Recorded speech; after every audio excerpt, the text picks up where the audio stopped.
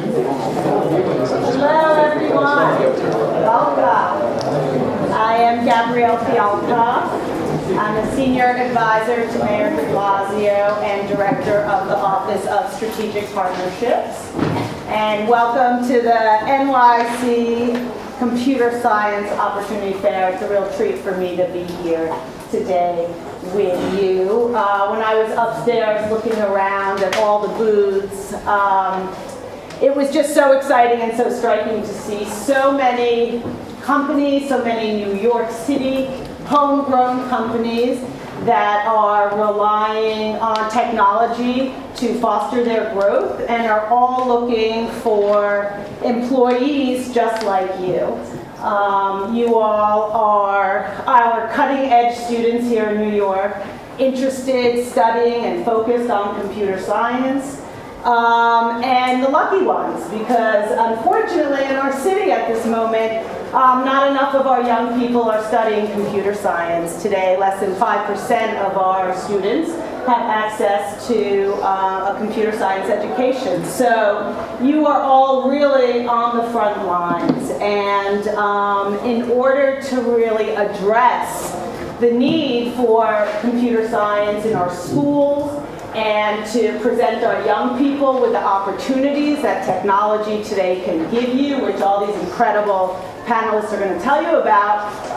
The mayor announced back in September, hope you've heard of it, our Computer Science for All initiative. And this initiative is going to bring computer science education to all 1.1 million New York City public school students over the next 10 years. Following our announcement several months later, you may have heard President Obama also made a similar commitment and announced computer science for all for our entire country, and it will be rolling out nationwide. So, you know, there is certainly a revolution going on right now, not just a tech revolution, but also a tech education revolution. And we are excited to be here today, excited for you to meet all the companies in New York and hear from our homegrown New York City innovators. I'm thrilled to be here today, as I said, and wish you all the best and look forward to your accomplishments as the future coders and developers and innovators. So I'm very pleased today to introduce your panel moderator, Jukay Hsu, who is the founder of C4Q, a nonprofit that is leading the way to building a more inclusive and diverse tech community in Queens, right here in New York City. He is a former or current, I'm not sure the right language for this, Army captain, who led the development, the economic development and governance initiatives in 2 Iraqi districts. He also founded a first private provincial radio station with Iraqi reporters, which is pretty cool. And so without further ado, very pleased to introduce Jukay and this panel of our coolest homegrown New York City innovators. Welcome.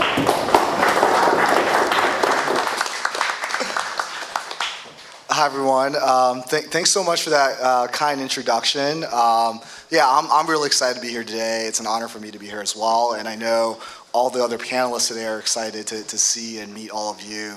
We're here today just to talk a little more about, you know, we have like awesome people from all sorts of backgrounds working on different things, give you some perspective or answer any questions you may have about, you know, learning to code, you know, what you can do with that, either creating projects now or, you know, working in the future. Or creating products and companies that you find are interesting. So with that, I want to kind of get started and introduce kind of the panelists, and maybe we just have some self introductions going down the line. Jordan, would you mind introducing yourself? Love to introduce myself. Very, very excited to be here. I grew up in the New York area, about an hour outside the city. I graduated from Harvard a few years ago where I studied economics and applied math. So I have not coded before, but I did code in some of my math classes, which is very different, but kind of counts. I recently left Mike, which is a digital news company. I was there for about 2 years. I was on the business side and worked really, really closely with the CEO as his chief of staff and helped grow the team from 25 to 125 people. And so have some insight into, hiring at a startup in New York. So happy to share some of my wisdom there. Right now, I'm working on founding my own company in the health and wellness space. And I use Snapchat too, so. Hi, I'm James Turnbull. I'm the CTO of Kickstarter. We're based in Brooklyn and founded in New York. By my accent, you might guess I'm probably not one of the homegrown innovators. I'm originally from Australia and I've lived in the United States for about 8 years. And I've been an engineer for about 25. My name is Mwangaguhunga. I am from New York. I went to elementary school, junior high school, college, law school, and business school, all in 5 boroughs. So I guess at some point I was all like a lot of you guys, I was a computer science major in high school. I didn't know exactly what I wanted to do. But I did know that I wanted to, whatever I did, I wanted it to be around computers and I wanted to start my own business. That was about all I knew. Fast forward about 10 years later, I started my first business. I started 3 different businesses, all internet-based. Sold 2 of them, working on the 3rd one, and having a lot of fun in it. It's called MediaTakeout.com. We do celebrity news and celebrity gossip. Maybe some of you guys have heard of it. Great. Thanks. How you doing? I'm Abran Maldonado, CEO and founder of NuSkool. NuSkool is a platform. We're upstairs. Tara, also from Australia, is holding it down at the booth. We convert pop culture into curriculum for the classroom. So anything that's going on, that you would find on Media Takeout, you would go to NuSkool and there's a lesson on how to use it in the classroom. So from music to video games to sports. I have a bit of an unconventional background. I started in the music industry and the entertainment industry, and then I became a Gates Scholar. Some of you might have applied for the scholarship program, which kind of led me into education, and ended up doing St. John's, Teachers College at Columbia, and NYU for my PhD, all around education. And then from that, they were like, you need to start an education website for teachers. So then I was like, I need to learn tech. Right, so I'm kind of like an adaptive learner. Like whatever industry I'm in, I kind of got to figure out the ropes and then go from there. Great, thanks for sharing that. And we're also joined by another awesome panelist. Always late. I like this. I like the guy. Oh, school was the same way. Cool. So Peter, we're just doing self-intros right now. So you're just in time, actually. Well, thank God. Yeah. I kind of like this too. Yeah, we have an audience full of most everyone here is learning to code and have coded before, and people are interested in a variety of things. So Cool. if you want to give a quick introduction for yourself. Super, for sure. Quick question: how many folks are in the area? Like, go to school in the area? No. Where do folks go to school? Yeah, good question. All over the place. Okay, cool. I like it. Good stuff. So my name is Peter Boyce. I'm an investor at General Catalyst Partners. We're a venture capital firm. We invest in technology startups like Snapchat and Airbnb and Warby Parker. We were just talking about Snapchat earlier, so. Good. There we go. Everyone get some snaps going. I'm one of our 2 investors based full time here in New York. The reason why I asked about this neighborhood, I grew up 10 blocks down the street from here. And grew up here in New York. So really excited to be investing in technology companies, and very glad many of you use Snapchat. Cool. Great. So yeah, thanks for sharing that. Thanks for all the panelists. I mean, wide variety of backgrounds. So I thought maybe we could just share a little bit, if you want to, how you got into tech or whether you learned to code. Fred, you're talking about you went to business school and law school and all these other things. Like, how did you decide to go into tech or, and enter this field? And Yeah, it's interesting. I think business school and law school is more like a distraction from what it was that I really wanted to do. When I was in high school, I was a computer science major. If you would have asked me at 15 years old what I wanted to do, I would have told you without a doubt, it's something in the internet. Well, the internet wasn't really around then. I'm dating myself a little bit. But I would have told you that it has something to do with computers, and I want to start my company, and I would have probably told you that I want to make a ton of money too at the time. And at some point I kind of got off of that. I kind of fell into what my parents wanted me to do, what I thought was the right thing, what I thought my skill set was best for, and kind of went away from what my dreams always were. And so that's why I went to law school and eventually business school. At some point I came to my senses and came back to where I thought my heart was really, and where I thought I'd be most successful. And that's in starting companies and in programming. I didn't know a ton about programming, by the way, at the time. But I don't know that it's all that necessary. I think a lot of times you hear people talk about coding and programming and stuff like that. I think it's good to have a foundation. But when you think about coding, you should really think about it as, it's just the way of the future, right? So if you're gonna be a reporter, you're gonna have to have some familiarity with coding or the internet or whatever it's gonna look like 10, 20 years from now. So I think it's a good background, it's a good sort of foundation for us all to have. And whether or not you want to stay in coding, whether or not you want to be a software developer or not, which by the way, I think is a great profession to be in, I think it's really, really important for you to at least have a foundation of understanding of what coding, computers, and technology is really all about. Cool. Does anyone else want to share? Sure, I'll go really quick. So I started out by modding my Xbox. So this is like, I was probably about your age. Did not have a ton of money to buy a bunch of new video games, but I was like, if you mod your Xbox, like, you know.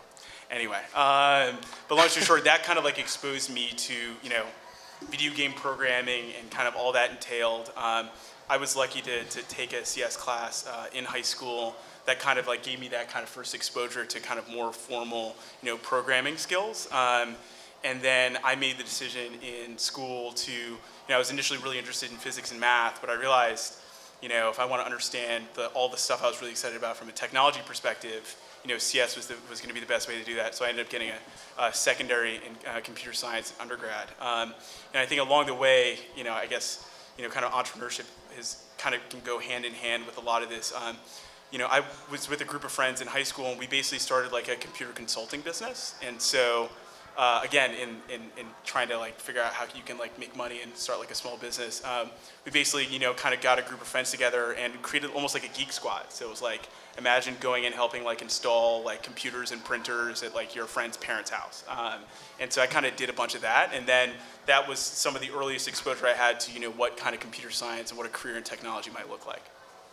Cool, thanks. So, you know, a lot of the folks here seems like interested in becoming software engineers or creating companies. Like, you know, what can we do with code? You know, why study CS, right? Like, what are examples of things that you can create or, you know, think how it's used in people's lives?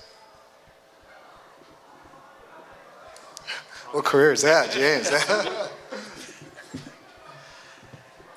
Yeah, Peter just said that everything basically, and I think that's true of pretty much any job you're going to be doing in the future, is that even if you don't want to be an engineer, having some idea how technology works is kind of crucial. I think that the roles that allow you to be successful are ones where you understand how technology components work, you understand when someone tells you like this part of the internet is broken, you know what that means. Obviously, by extension, if you'd like to be an engineer, some of that understanding is a requirement, but I don't know that there's a job out there or an industry out there that isn't being fundamentally changed by technology, whether it's hospitality or service industry, news media, you know, music, entertainment, manufacturing, whatever you'd like. There's pretty much technology is sort of really shaping the way those roles are structured. Yeah, just to quickly add on to that, anything you're passionate about probably has like a career, a company, or an opportunity that's relevant from a software perspective. So whether that's you're really passionate in sports and play a lot of like fantasy sports and want to create like a, you know, like a little app for you and your friends to kind of track, you know, game statistics like that's something you can build.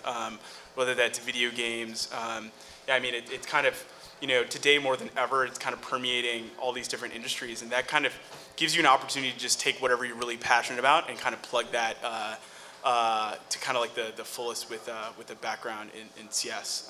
What's nice is there are lots of opportunities to create side projects around this too. So, you know, what's going on with respect to hackathons in schools, I think is another place that'll give you like an opportunity to kind of experiment with computer science. And so to work on a side project with friends over the weekends is another great way to kind of combine what you're interested in with what you can build and create with CS. And also, let me also say this. I mean, the greatest number of like billion-dollar companies is going to be created via software. And so, if any of you have any interest in being any kind of mogul or leader in your community, there is a very I think a well-worn path to do it via software. So I would encourage all of you to take a crack at that. So yeah, for those that want to be moguls, that's software's the way to go. So, I mean, I think all those are really good points, right? It affects everything, you can create a lot of things. So what could you do now, right? If you're a high school student, or if you're telling some of the folks here, the kids here in the audience, what could they be doing now in terms of these things? Have you seen high school students create things that are really cool or contribute to things, and what are some ways to do that? Sure. So, I brought it up in the last panel. There's a great site called teenbusiness.com, or you can follow Teen Mogul on Twitter, and it's a whole series of young people just at your age who are developing amazing companies. So you really don't have to wait 10, 15 years from now to really establish something. Just find a need, right? Find a problem, whether it requires tech or not. If you find enough people who want to pay you or adopt you as a customer for you solving that problem, just like he said, we're creating a geek squad just with his neighbors, that can start small and evolve into something really big. I brought up this young boy. He was like 9 years old. His name is Kane. He started Kane's Arcade. It's an arcade that's built out of cardboard, but there's lines down the street of people who want to play this arcade. Like any digital arcade game, he figured out how to replicate it using cardboard. There's kids selling bow ties who raised $1 million round just selling bow ties, and there's a lot of people doing amazing things, but they found a problem first or a need for something and then just went from there. You don't want to do the opposite of like build out all this programming and build out this platform that no one wants, right? And spend all that time building something that doesn't have a need. I think another thing too, I know I think back to when I was 15, 16, I probably didn't have the idea to build a company at the time. I just didn't know what I wanted to do, what I was going to do. But the one thing that I did is, ever since I was 13 years old up until now, I've always had a job. I worked after school, I worked on weekends, and I think over time, it really just builds the kind of drive and tenacity to if you can hold a job down for your 4 years of high school and maybe through college, when you have all kinds of other stuff, you have your friends telling you, oh, why are you working? And you have, your family, maybe they don't like your hours or they want you to spend a lot more time in school. Not to say that you want to sacrifice school for anything. I just think something as simple as just building extremely good work habits are going to definitely contribute towards their success in the future. I think you're going to be surprised at how many people that I know, my contemporaries, that graduated through law school and their first job was being a lawyer, making, whatever, a couple $100,000 a year. And a lot of times they struggled because they really never worked a day in their life before, and now all of a sudden they're out there. So, I get that, if you guys have the ability to start a company, great. But if you don't, if you can just go get a job, even if it's something that's not tech related, even if it's something, whatever. I mean, one, you can make some money. Your parents will definitely be proud of you. And I think you'll start to build some of the work ethic that you're going to need to be successful in the future. And a few more just to add on there. I think that one big thing that has been very helpful for me in my career is I really experimented with a lot of different things in high school and in college. And so it got to the point where, when I graduated from college, I had a pretty clear sense of what I enjoyed doing. So I would encourage each of you to take advantage of your time in high school, your time in college, to really think about what you like doing and definitely get a job in that space or work on a project or build something, put something online, write about it. You don't have to, just do something because your friends are doing it. I guarantee you're going to be much happier and much more successful if you're doing something you actually like. And so that's definitely something I would encourage all of you to do. Cool. I'll just share like one super quick anecdote. Please, go ahead. I had the pleasure of going to college with Jordan, so that's a great thing. But just like one quick anecdote. I met a high schooler 3 years ago at a hackathon, and this is like midnight. They're kind of like coding away, and they built some software that they demoed the next day, and it was amazing. Fast forward a few months later, this is like maybe they were 17 years old, and like one of their hands was like in a cast, and they were like furiously coding away. You know, we ended up investing $2 million into this company. I think the entrepreneur was like 19 when we did the investment. And so I think one of the things that's so powerful about technology versus other industries is like there are so many ways to get started today, and that's hard to be a doctor tomorrow. You know what I mean? Like, and many people should be doctors, and that's a very powerful thing. But to be a founder, an entrepreneur, a developer, these are things that are like within like a few weeks or a few months kind of from your future. And so to be able to, be an entrepreneur, to create something when you're, 15, 17 years old, one of the things that's so great about technology is that it doesn't kind of like view age the way many other industries do. Cool, thanks for sharing that. That's pretty amazing. So if you were going back and telling your 16-year-old self and giving yourself some advice, what are some things that you would tell yourself in terms of either CS or learning to code or how to think about what to do in college and what you want to do in your career? I don't know. You want to answer that?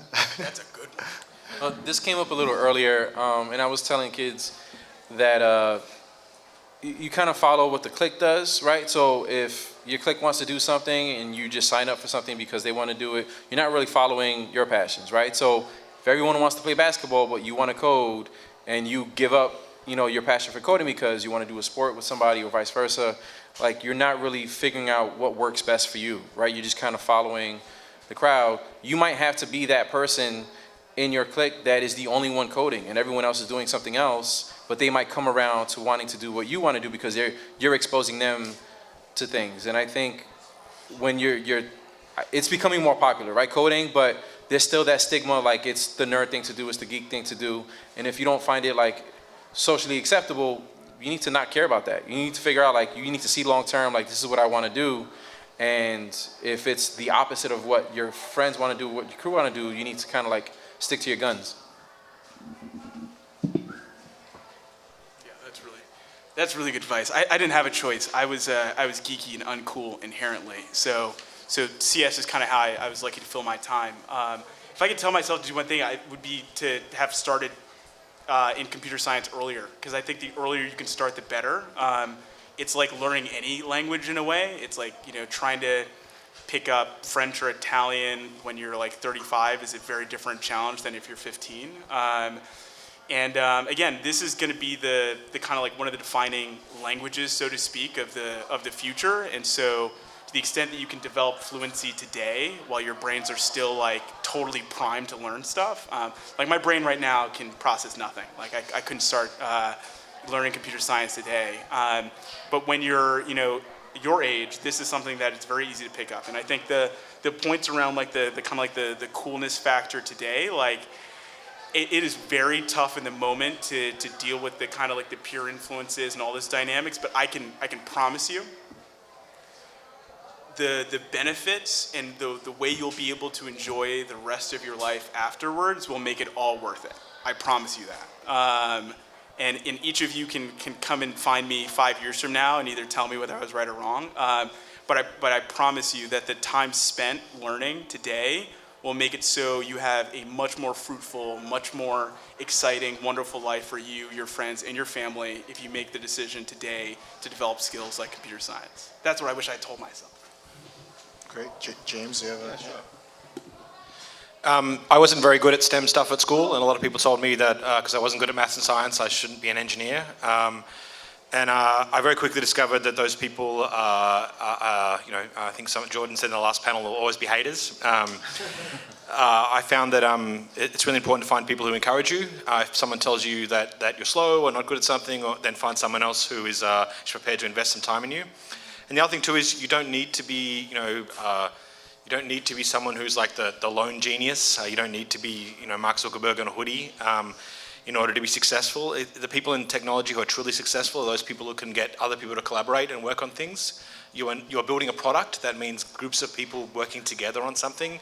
You are not an island. And if you're one of those people that can get a group of people to, particularly a group of high schoolers, to collaborate on things and work on something and build a product, that is an amazing skill that will make you a CEO or COO, that will make you an entrepreneur. Being an entrepreneur is not being a lone wolf. It's about building groups of people who have a shared interest and a shared drive.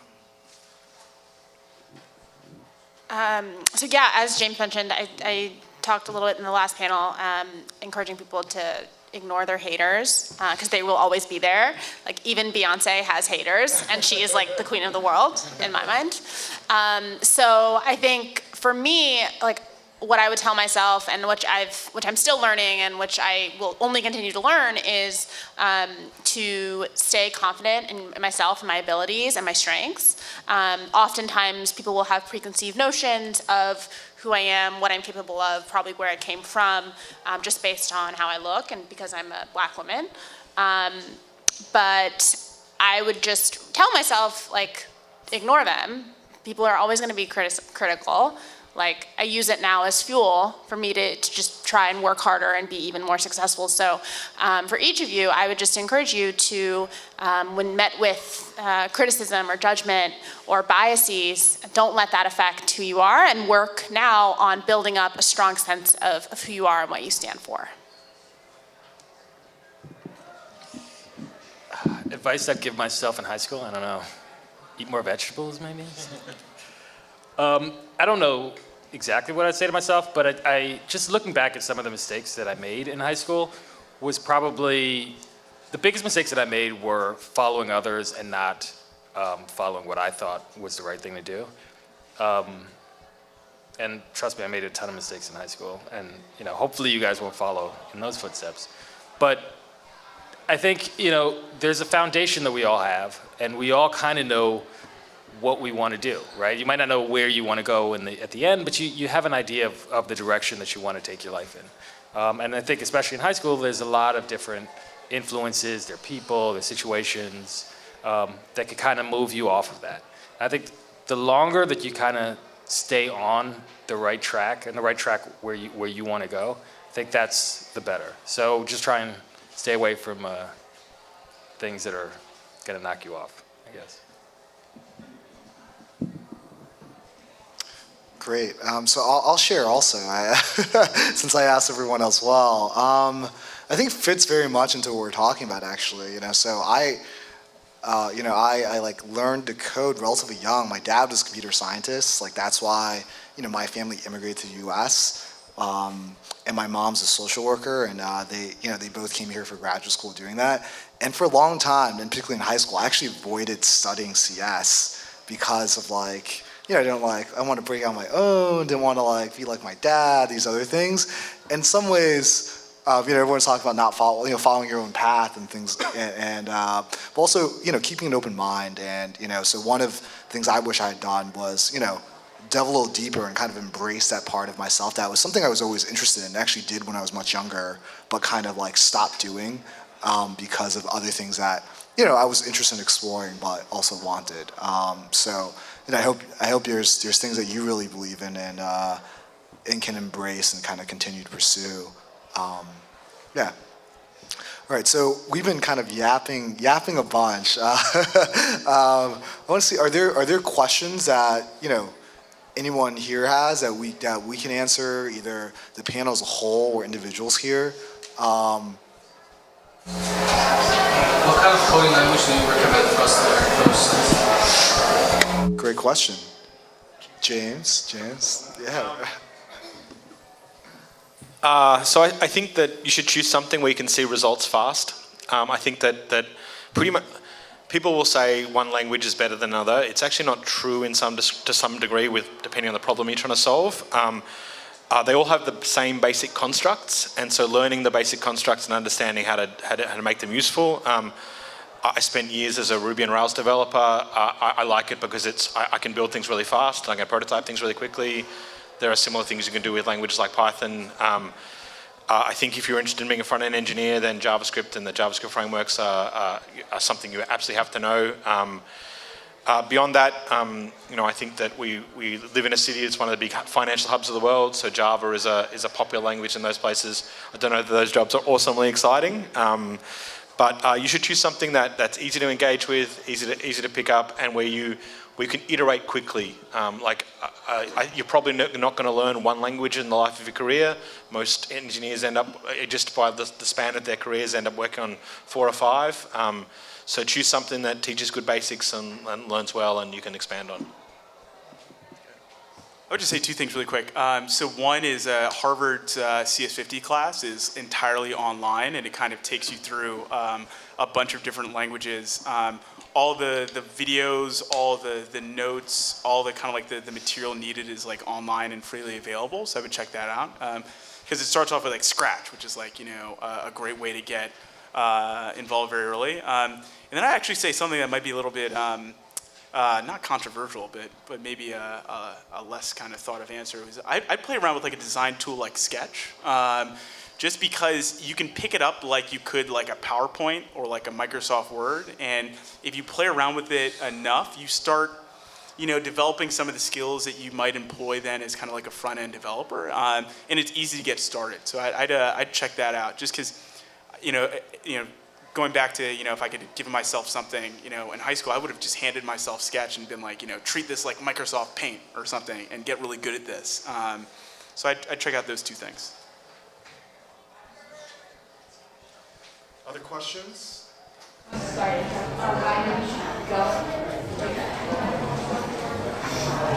Sorry, guys.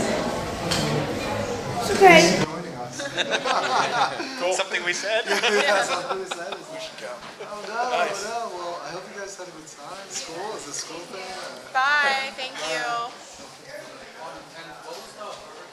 CS50. CS50. Yeah, of course. Good stuff. All right. We cleared out the room. But it's like, now like 700 people taking it.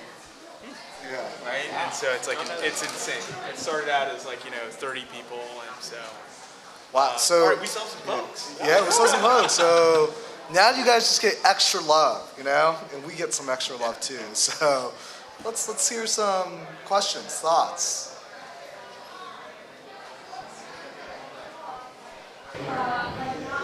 Hi, what's your name? Hey, Rose. Not knowing that it's probably better to just have vast knowledge possible, like in your own personal life. Do you believe there are any lines of work or careers that coding will directly help?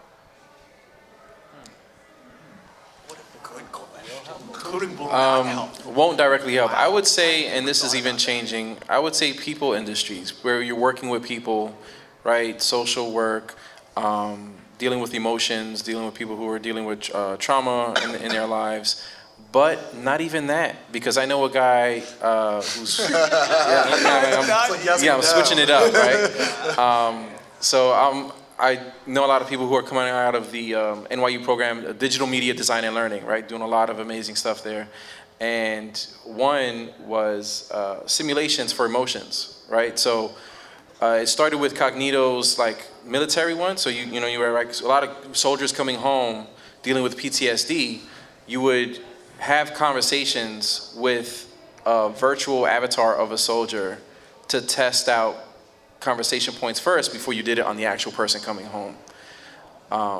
So even where it comes to dealing with like trauma and emotion, we're finding ways to simulate that with AI and other ways. So it's really covering like everything. But I would say people first, like look at those industries. Being an artist, if you were to paint, I think some of the creative, I bet even still, there's like a whole like new notion of kind of like digital art. But I'd say like, you ask a fascinating question that I've literally never given thought. Because I think it's so easy to see what industries and kind of like what careers are going to be reshaped. but I think there are certain like fundamental kind of like pockets of creativity and certain things that are going to be offline. And so I also think there are going to be certain, parts of our life that are going to be increasingly valuable and interesting because they're offline and because CS has nothing to do with it. And so things like, I think, going to museums, in a way, like, you're having a one-to-one kind of like relationship with like a piece of art. But I'm going to think more. Like, art. Maybe cooking food, you know what I mean? Yeah. Even then, like, there's gonna be some fast food restaurants that have machines like cooking your food. I mean, I don't know how to code. I worked at a tech startup up until 3 weeks ago. But I can think of situations where knowing would have been helpful. So I did a lot of recruiting. Learning how to do like Boolean searches in Google on LinkedIn is actually very, very helpful. And like one of our technical recruiters taught me how to do it. And it was like, oh, well, had I known, like I probably would have figured this out a year ago and not wasted so much time. HR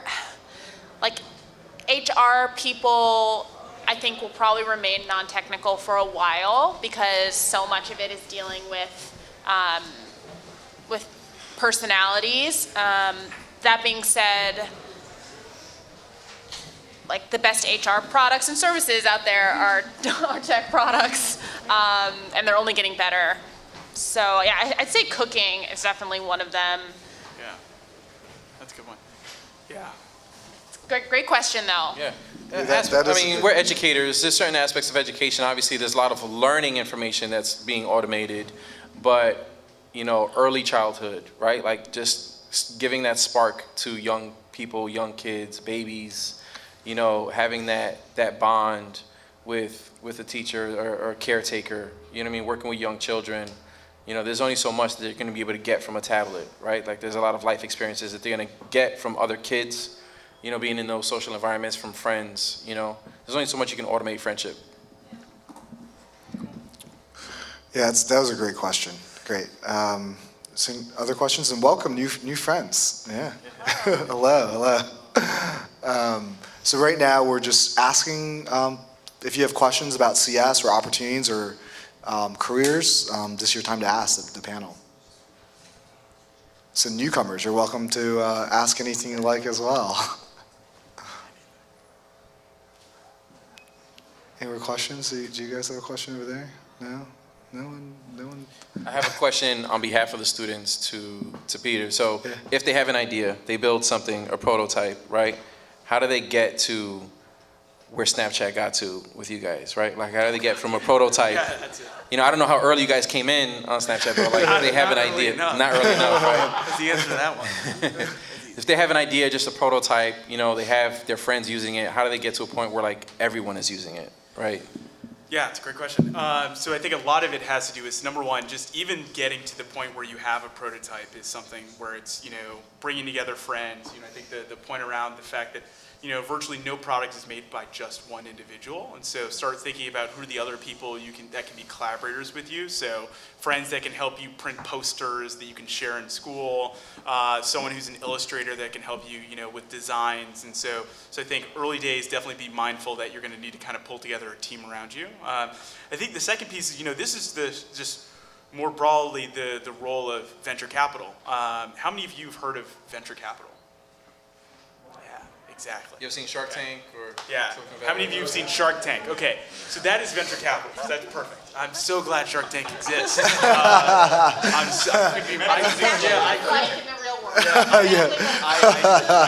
could not be more grateful. But long story short, that's what our job is, right? So our job is to do that, is to meet entrepreneurs that are working on ideas and companies. And a big part of the conversation is exactly what goes on in the conversation in Shark Tank, which is who's on the team, where are you building, what's the traction, how many people are using it, how often are they using it, what's the size of the market, what's the plan going forward, and why do you need capital, right? And so that's kind of the role of venture capital.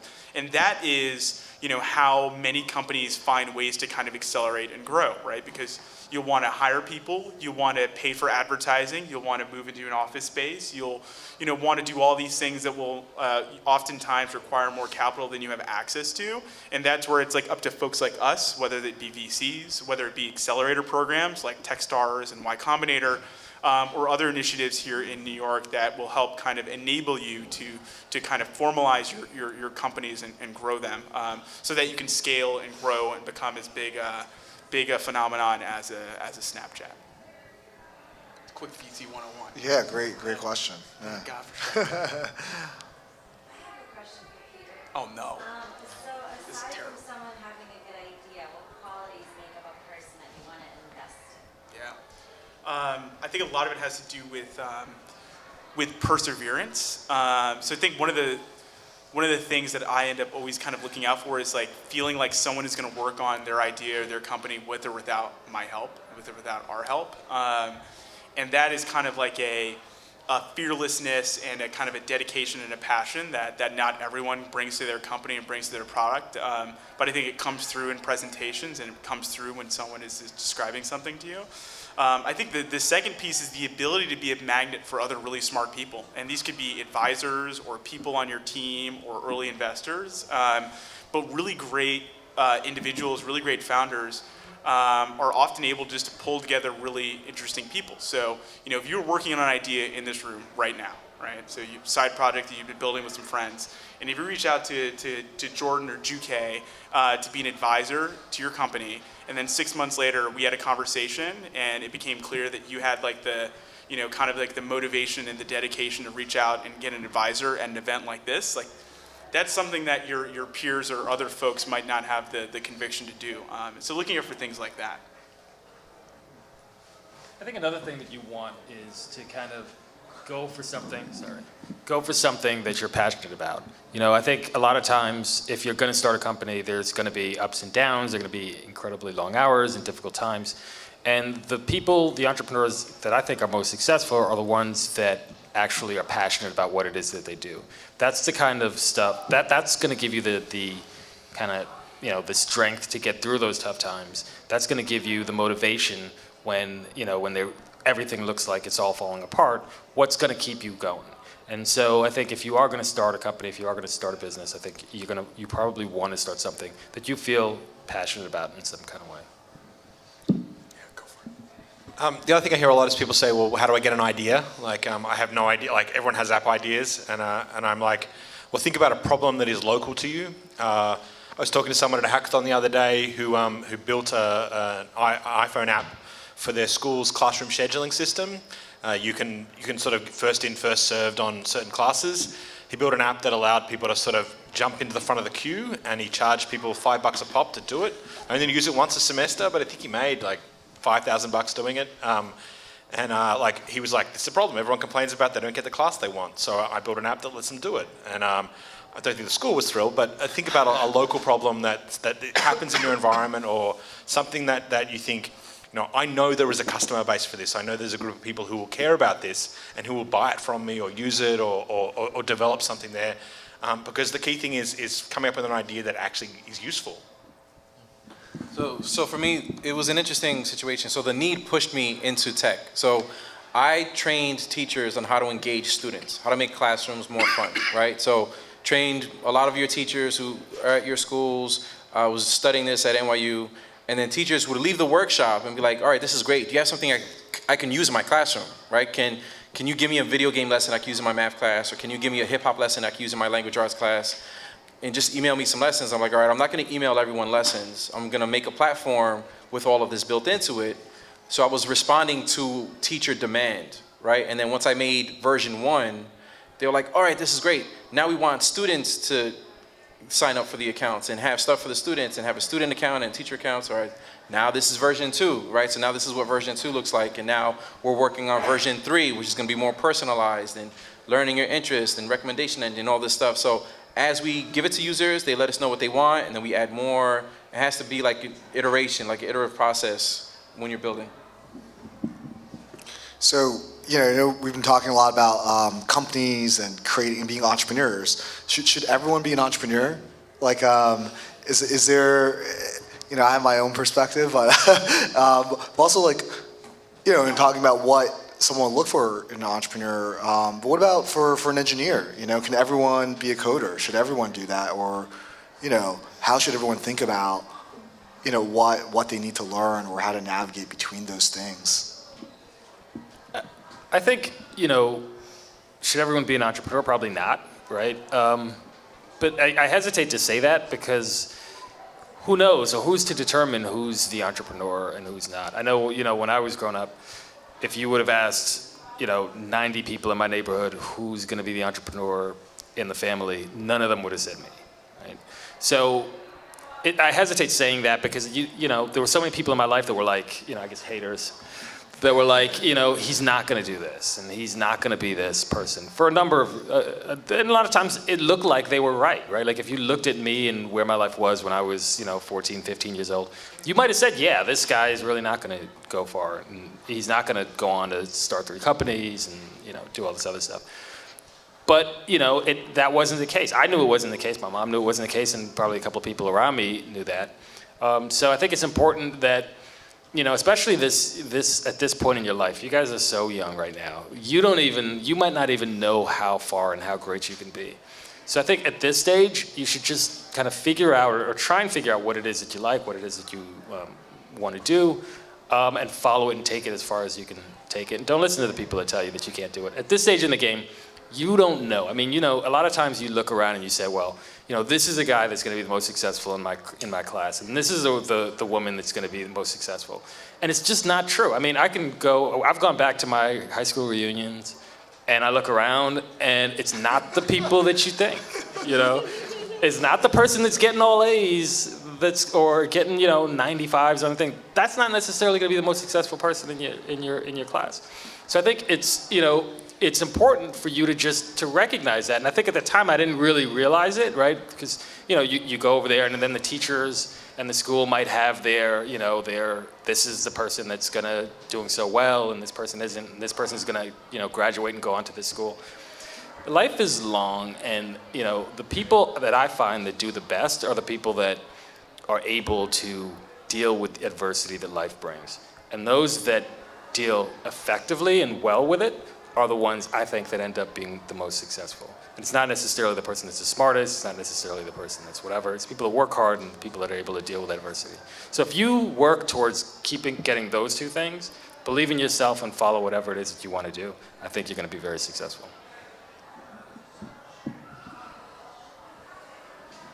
Okay, anyone else want to add anything to that?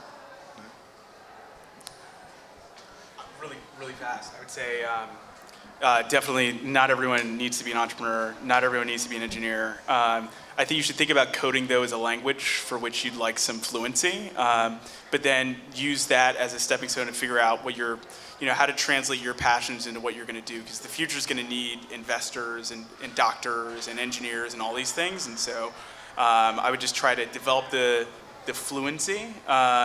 And then just kind of follow wherever your passion leads you. I was not intended to be an engineer, so I just was like, I'm not going to do that. I'm the worst coder I know.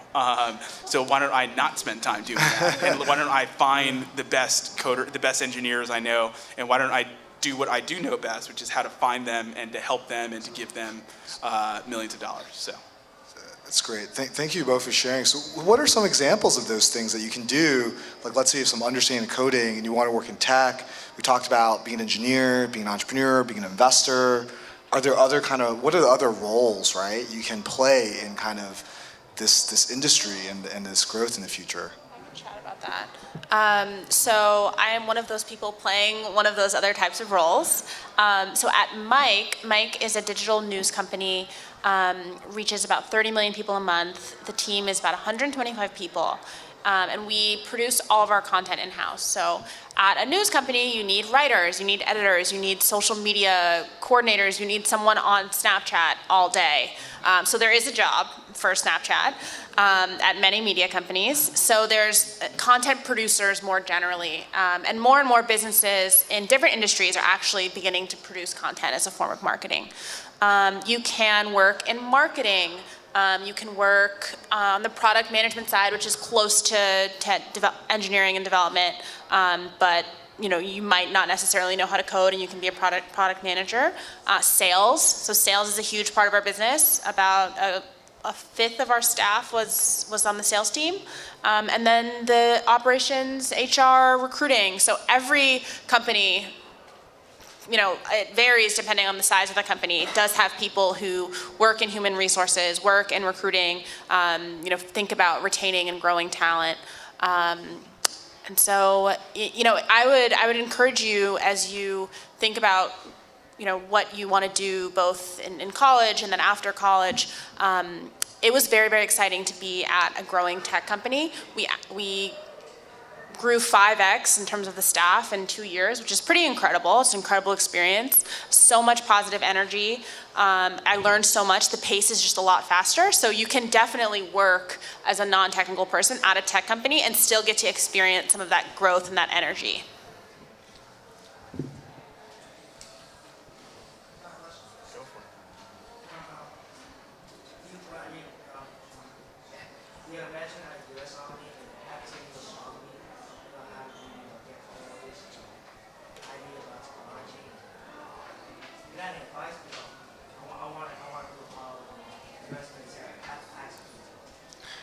Yeah, I think a lot of what the panelists were saying also, and I think I had this experience as well. Like, I think technology is one of those things that you can learn, relatively quickly, not to master, but to get an entryway into it in whatever role, whether you want to learn to code or whether you're working or supporting the company in other ways. Most jobs at technology companies are not like coding or engineers, right? And for me personally, the military and other things I've done is just thinking about, growth and economic development, these like larger issues. And I see technology really as a way to drive that. But you should pursue whatever you like to pursue. And I think there's probably a way to tie in those interests to technology, and especially, and if there isn't a way now, you can probably find a way to do that.